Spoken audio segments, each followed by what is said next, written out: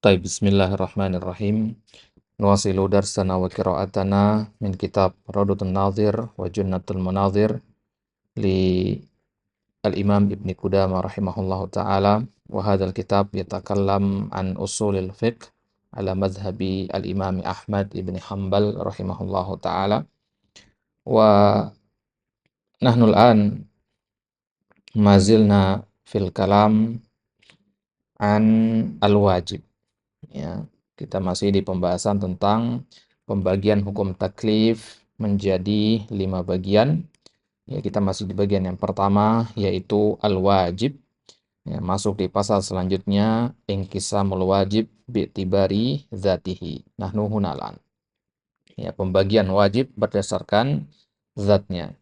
Kita katakan bahwasanya wajib berdasarkan zatnya dibagi menjadi dua, muayyan dan mukhayyar. Ya, ada wajib muayyan, ada wajib mukhayyar.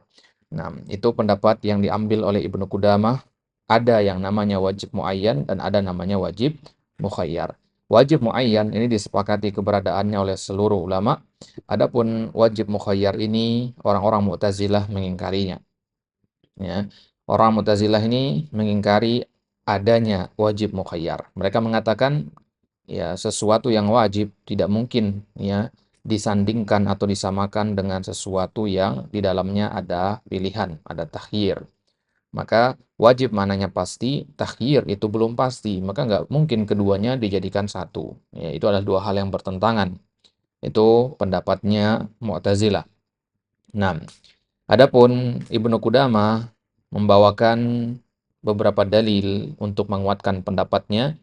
Beliau mengatakan, menurut kami bahwasanya, ulama Hanabilah maksudnya, menurut kami bahwasanya dalil mukhayyar itu jaizun aklan wa syar'an. Ya, mungkin saja terjadi, ya, tidak ada masalah, ya, secara logika maupun secara syara'. Secara logika bagaimana? Yaitu ketika seorang tuan berkata kepada budaknya, ya, wahai budakku, aku haruskan engkau hari ini untuk melakukan dua hal, salah satu dari dua hal, yaitu menjahit baju atau membangun tembok. Manapun yang kau lakukan, maka cukup.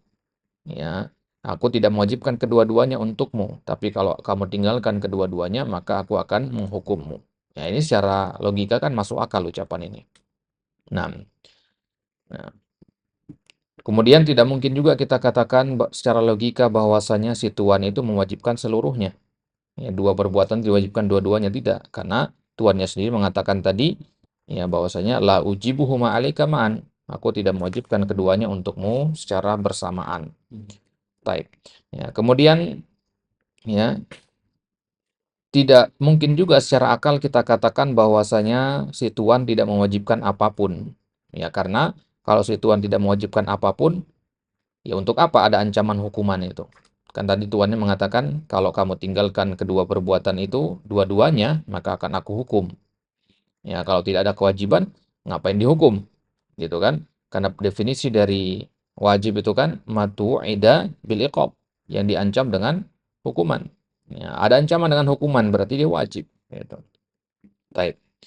Maka, ya, ya tidak mungkin juga secara logika kita katakan bahwasanya Ibnu Qudamah tidak mungkin juga secara logika kita katakan bahwasanya ya si tuan itu mewajibkan hanya satu saja. Kenapa? Karena tuannya menyebutkan ada dua. Nah, tiga kemungkinan ini tidak mungkin secara logika. Maka tinggal satu kemungkinan. Berarti tuannya mewajibkan satu saja dari dua itu, tapi dikasih pilihan. Nah, itu dia bedanya dengan wajib muayyan. Nah, ini secara logika. Nah, kemudian dalil yang kedua secara syara'. Ya, secara syara' yaitu dalil adanya khisalul kafarah yang tiga itu, yaitu antara membebaskan budak, ya, atau memberi makan atau memberi pakaian. Nah, begitu juga pada kasus fikih yang lain, misalkan dalam kasus menikahkan seorang perempuan yang minta untuk dinikahkan dengan salah satu dari dua ya, khatibnya, dua orang yang melamarnya, dan kedua-duanya adalah kufu. Nah, maka di situ nggak mungkin kan dua-duanya dinikahkan. Ya, bagaimana suaminya ada dua? Kan nggak mungkin.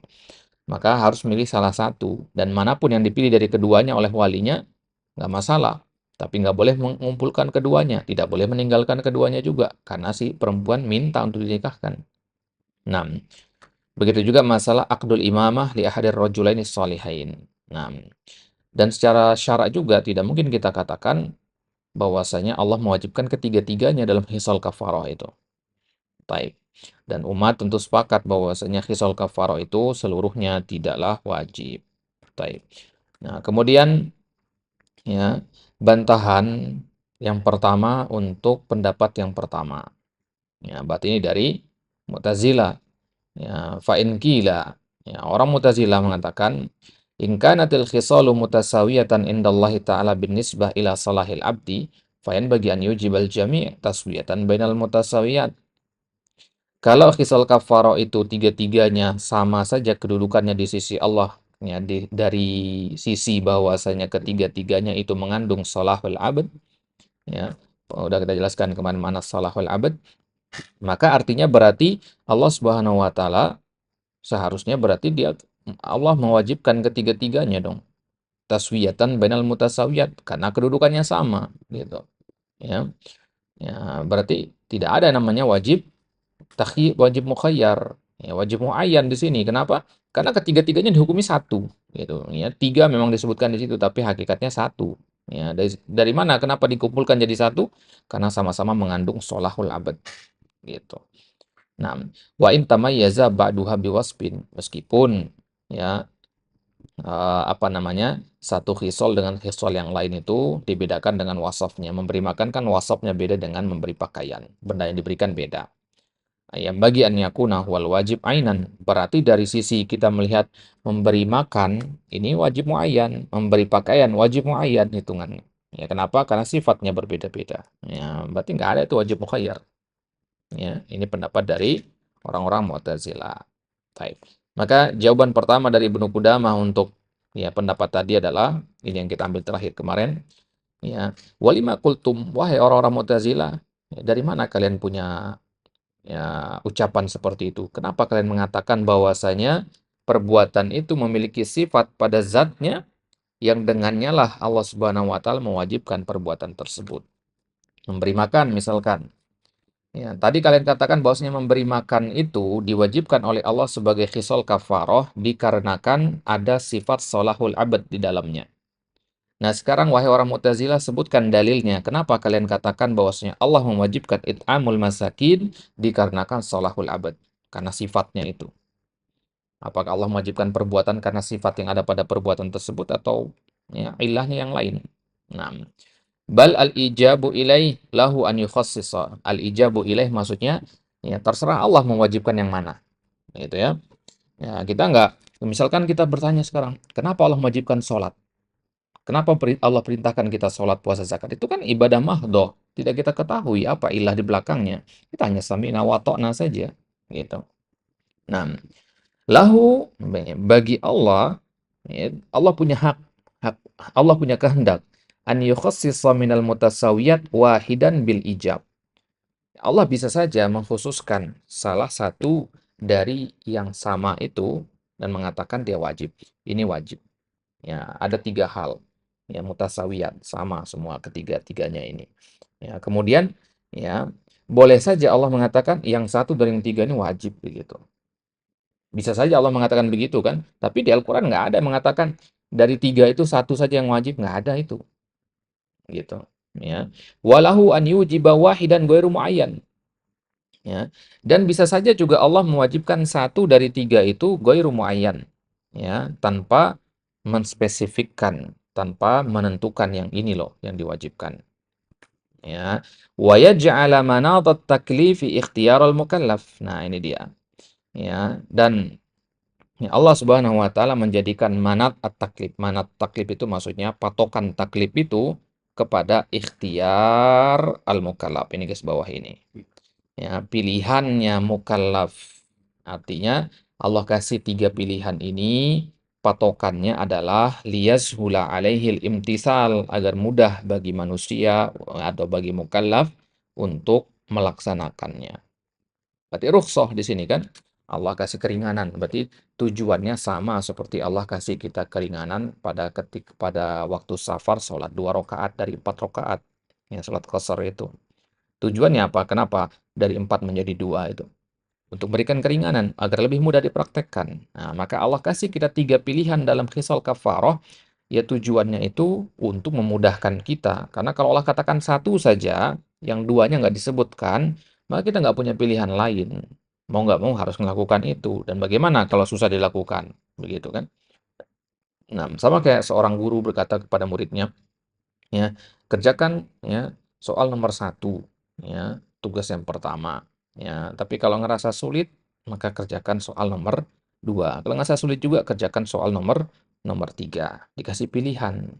Ya, itu kan menunjukkan bahwasanya si guru ini kasihan sama muridnya, gitu kan? Ada syafaqah di situ.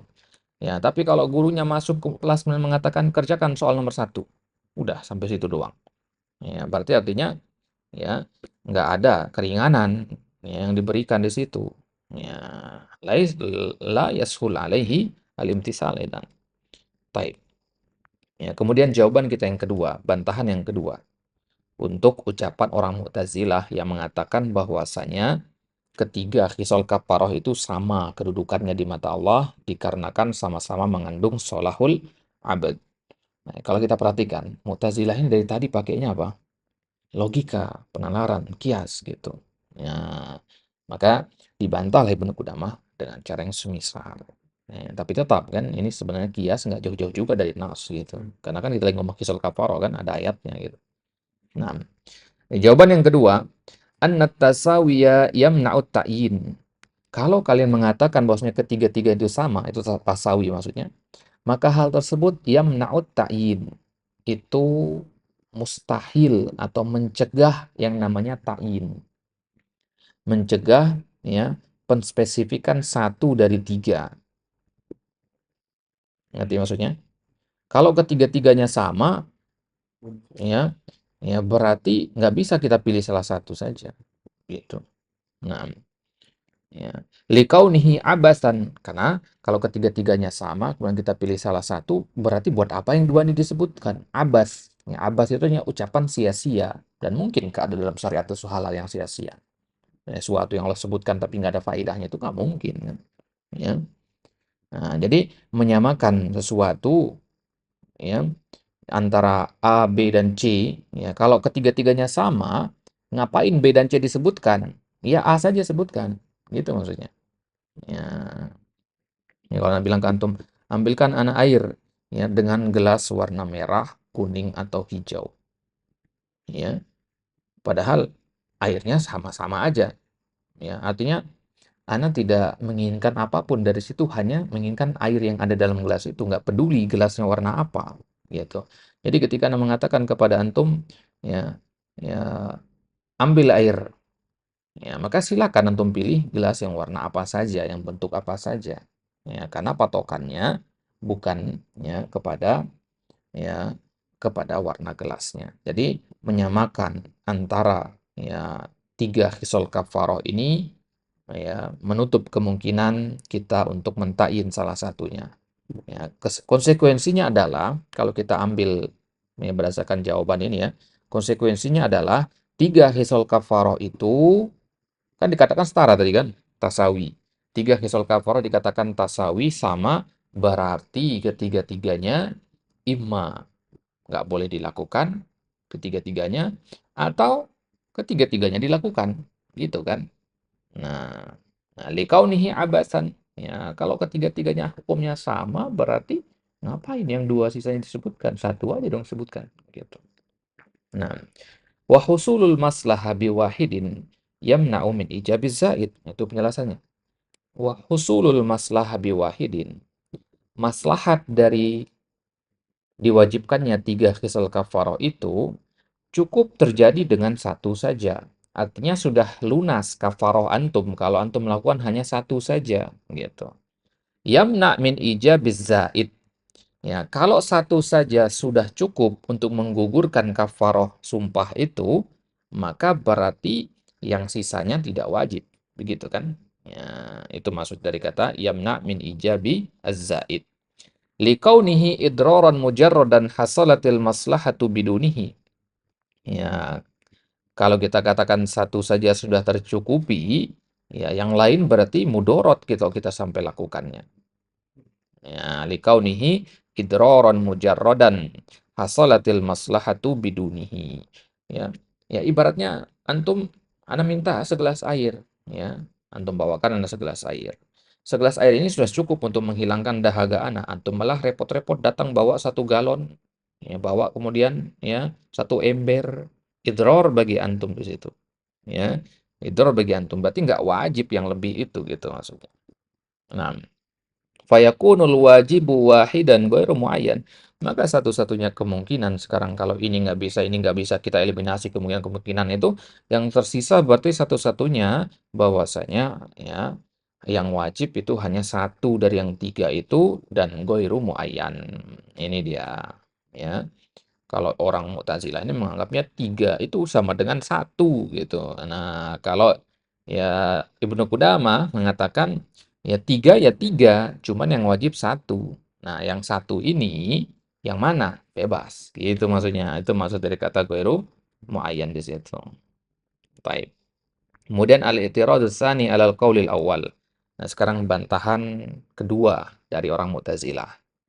Ya, bantahan yang pertama tadi kan mengatakan sholahul abad itu. Nah, bantahan yang kedua sekarang, ya, bantahan yang kedua mereka kepada pendapat yang pertama. Apa pendapat yang pertama? Wajib mukhayyar itu ada, boleh, ya. Nah, maka ya pengingkaran mereka, bantahan mereka kepada pendapat Ibnu Qudamah bagaimana? Mereka mengatakan, "Wallahu subhanahu ya'lamu ma yata'allaqu bihil ijab wa ya'lamu ma yata'adda bihil wajib." Fayakunu muayyanan fi ilmillahi subhanahu wa ta'ala. Allah subhanahu wa ta'ala ya'lamu, Allah mengetahui kan, ma yata'allaku bihil ijab. Apa yang wajib dari yang tiga itu. Wa ya'lamu ma yata'adda bihil wajib. Dan Allah juga tahu dengan apa hal yang wajib itu terwujud.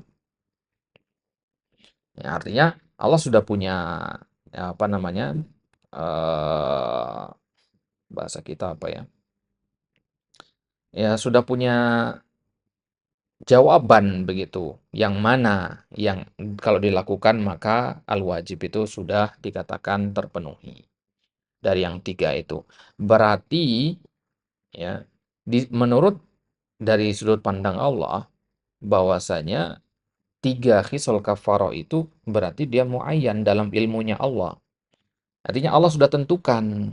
Ya, kayak ana katakan kepada antum, "Akhi, ambilkan ana ya nasi, roti atau ikan." Dalam pikiran, ya, ana sudah menentukan kepada antum ya, yang mana yang ana inginkan dari antum. Meskipun ana kasih antum pilihan, tapi menurut ana ada yang lebih ana sukai dari yang tiga itu. Nah, berarti sebenarnya pilihan itu nggak ada gunanya. Kenapa? Karena toh yang Anda inginkan cuma satu dari yang tiga itu. Lah lantas apa gunanya Anda sebutkan yang dua itu? Itu tadi, ya agar antum ngerasa tidak berat gitu. Nah, Anda mengharapkan antum datang membawakan roti, tapi malah yang antum bawa nasi. Ya, Anda tetap ambil nasi tersebut, tapi dalam hati Anda mengatakan, andai saja tadi dia datang membawa roti. Gitu.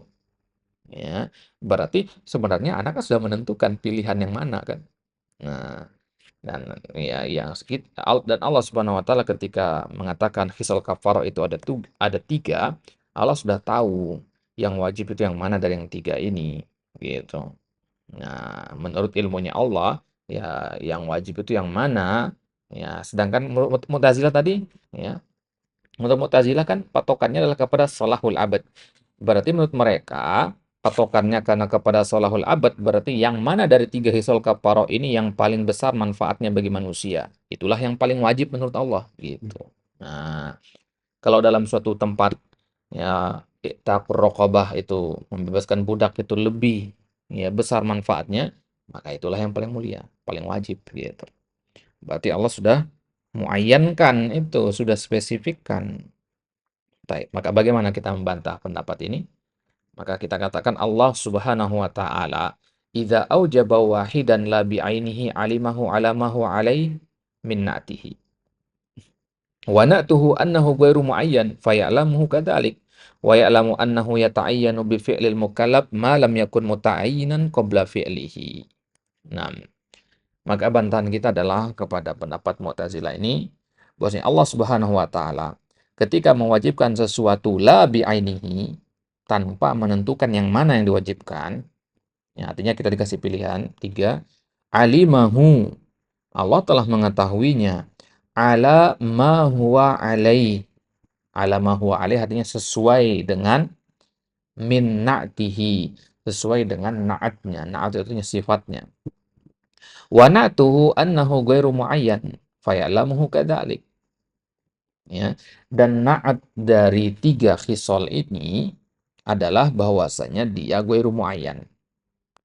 Tidak spesifik itu kan kata sifat. Dia naat. Ya.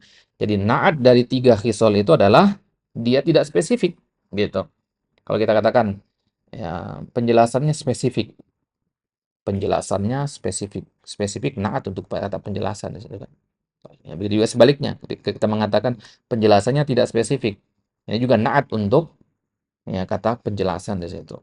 Nah, berarti ketika Allah Subhanahu wa taala mewajibkan ya satu dari tiga pilihan yang ada, bebas yang mana saja yang kita mau lakukan, di situ Allah Subhanahu wa taala sudah menentukan ya, naatnya masing-masing.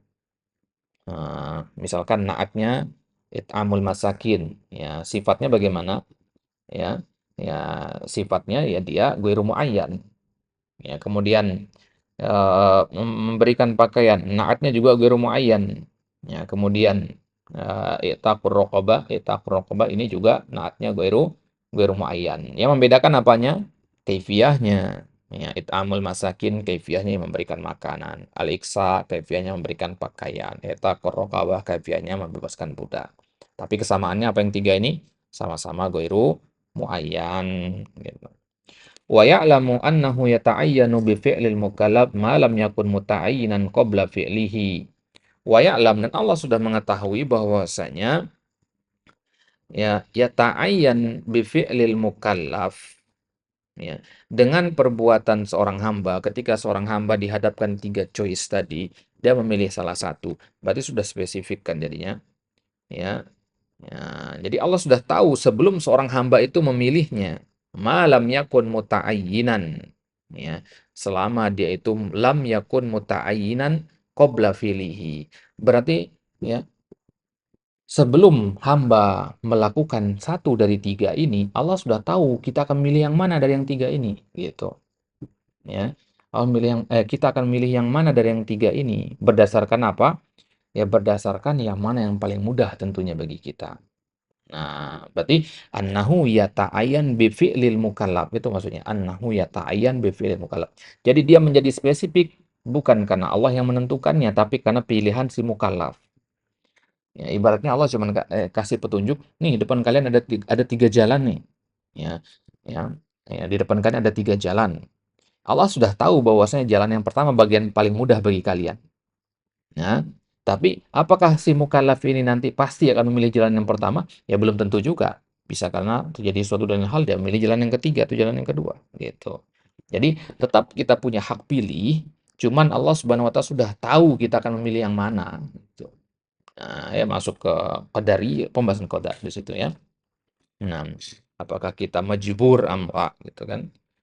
Nah, artinya perbuatan yang tadinya kita katakan ghairu muayyan ya ya ya berarti dari sini bisa kita simpulkan bahwasanya perbuatan itu ada yang muayyan, ada yang ghairu muayyan ya. Kalau muayyan itu artinya Allah hanya memberikan kita satu jalan, antum semua harus lewat jalan ini, nggak ada jalan yang lain, itu muayyan. Nah, kalau yang ghairu muayyan itu Allah kasih kita tiga pilihan, tiga jalan. Nah, dan ya, sebelum ya kita mengambil salah satu dari tiga jalan ini, Allah sudah tahu kita akan mengambil yang mana karena luasnya ilmu Allah. Ya, Allah sudah tahu kita akan mengambil yang mana tiga jalan ini. Ya, yang kita ambil pastinya adalah yang paling mudah. Ya, berdasarkan kita sebagai seorang mukallaf. Tapi apakah pasti mengambil yang paling mudah? Ya, belum tentu. Berarti kan belum spesifik kan? Nah, berarti hamba punya kehendak di sini, Allah punya ilmu di situ. Ya, bukan berarti manusia sepenuhnya berkehendak, tidak. Ya, tetap ada kehendak Allah di situ. Yaitu ketika Allah berkehendak bahwasanya kalian akan memilih jalan ini. Allah berkehendak kalian akan memilih jalan yang pertama. Tapi karena hawa nafsu atau karena zurup-zurup yang lain, hal sesuatu dan lain hal, akhirnya kalian tidak memilih jalan yang pertama.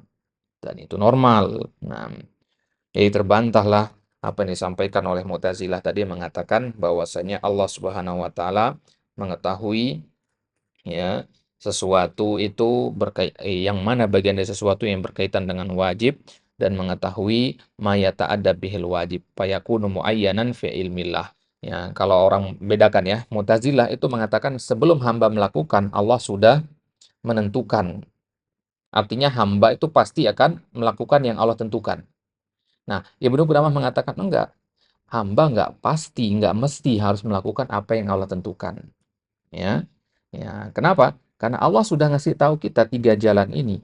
Dan Allah sudah tahu kita akan memilih jalan yang pertama. Tapi enggak mesti, enggak selamanya kita memilih jalan yang pertama ini. Nah, untuk memahami ini sebenarnya masuk ke bab qadar di situ akan lebih mafhum gitu. Nah, artinya apakah manusia itu punya kehendak bebas? Ya, ya ataukah Eee, apakah manusia itu punya free will gitu ya, kehendak bebas ataukah ya Allah itu manusia itu ya adalah boneka yang Allah gerakkan, wayang yang bergerak ke kanan dan ke kiri, ya tidak bisa membantah ya ketetapan Allah di situ. Ya atau sebagaimana. Nah itu kan ya penting kita pahami dulu bagaimana akidah Ahlussunnah yang benar dalam masalah ya qada dan qadar ini. Nah ya, intinya adalah bahwasanya manusia itu ya memiliki kehendaknya sendiri. Nah, itu yang kita yakini. Wallahu taala a'lam. Taib. Itu ya pelengkap dari pembahasan sebelumnya, pembagian wajib berdasarkan zatnya. Berarti kesimpulan kita bahwasanya ya al-wajib, ya, kalau kita bagi berdasarkan zat yang diwajibkannya, maka ada dua, wajib muayyan dan wajib mukhayyar. Nah, nanti di pertemuan selanjutnya kita akan bagi wajib berdasarkan waktunya, waktu yang sempit ataupun waktu yang luas. Jadi bedakan di sini berdasarkan zat dan berdasarkan waktu itu jauh beda ya. Zat itu artinya bendanya. Ya, kayak tadi kita katakan, sholat, puasa, zakat itu wajib muayyan. Ya, khisal kafarah itu wajib mukhayyar. Itu saja dipahami. Ya. Jadi kesimpulan kita bahwasanya wajib mukhayyar itu beneran ada gitu ya. Dan sanggahan-sanggahan Mu'tazilah ya, ya dua sanggahan Mu'tazilah itu tidak kuat. Ya, hujah mereka tidak kuat. Ya, sudah kita sebutkan bantahan-bantahannya tadi. Nah, ya silakan antum bikinkan dalam bentuk tabel nanti ini bagus. Ya, jadi antum tuliskan ini pendapatnya Mu'tazilah, ini pendapatnya Ibnu Qudamah. Kemudian mana bantahan ya untuk masing-masing pendapat. Ya, sehingga antum tidak ya bingung nanti. Wah, ini bantahan siapa ke siapa gitu. Kadang ya belibetnya di situ. Nah, ya kita ingatkan sekali lagi kitab ya Raud Nadir ini memang metode yang dipakai dalam metode jidali ya metode debat begitu ya jadi saling melempar argumen yang seperti inilah. Ya, maka pembahasan selanjutnya akan seperti ini. Nah, ini bedanya dia dengan kitab-kitab dasar semisal Al-Waraqat atau Al-Usul min Ilmil Usul. Al-Usul min Ilmil Usul itu ya satu satu sisi ya kita jelaskan satu sisi, pahami saja sudah cukup. Nah, tapi kalau ini kita diajarkan untuk bagaimana menguatkan sisi yang kita yakini dengan membenturkannya dengan sisi yang lain. Ya, jadi dikasih kita perdebatan-perdebatan di situ, ya kemudian ya kita dikasih hak pilih. Ya, dari yang ini tadi yang mana yang kita kuatkan? Ya, karena Ibnu Qudamah di sini hanya menyampaikan pendapat yang beliau pilih, kemudian ya bagaimana beliau menguatkan pendapat yang beliau pilih itu. Nah, sekarang setelah Ibnu Qudamah, ini seolah-olah Ibnu Qudamah membujuk kita nih untuk ngikut pendapatnya dia. Ya, karena bantahannya dia begini begini begini. Nanti kalau ada yang bilang begini begini begini, itu bantahannya begini begini. Nah, kayak begitu lah Ibnu Qudamah seolah berbicara kepada kita. Nah, maka apakah selamanya pilihan kita adalah yang dipilih oleh Ibnu Qudamah? Ya, tidak. Ya, ya bisa jadi nanti ikhtiarnya Ibnu Qudamah justru adalah ikhtiar yang marju gitu. Nah, tetap yang patokan kita adalah kepada dalil. Nah, ya, tapi di sini di kasus-kasus yang pertama ini, kasus yang kedua ya. Kasus yang pertama dulu tentang al-fardu dan al-wajib, apakah sama antara fardu dengan wajib. Nah, di kasus yang kedua ini, kesimpulan kita bahwasanya pendapat yang rajih adalah pendapatnya Ibnu Qudamah yang mengatakan bahwasanya ya yang namanya wajib mukhayyar itu maujud. Taib. Tidak bertentangan secara akal maupun secara syara'. Nah, insyaallah taala kita lanjutkan di kesempatan selanjutnya di pembagian wajib bi'tibari waktihi berdasarkan waktunya. Nah, wallahu taala ala wa alam.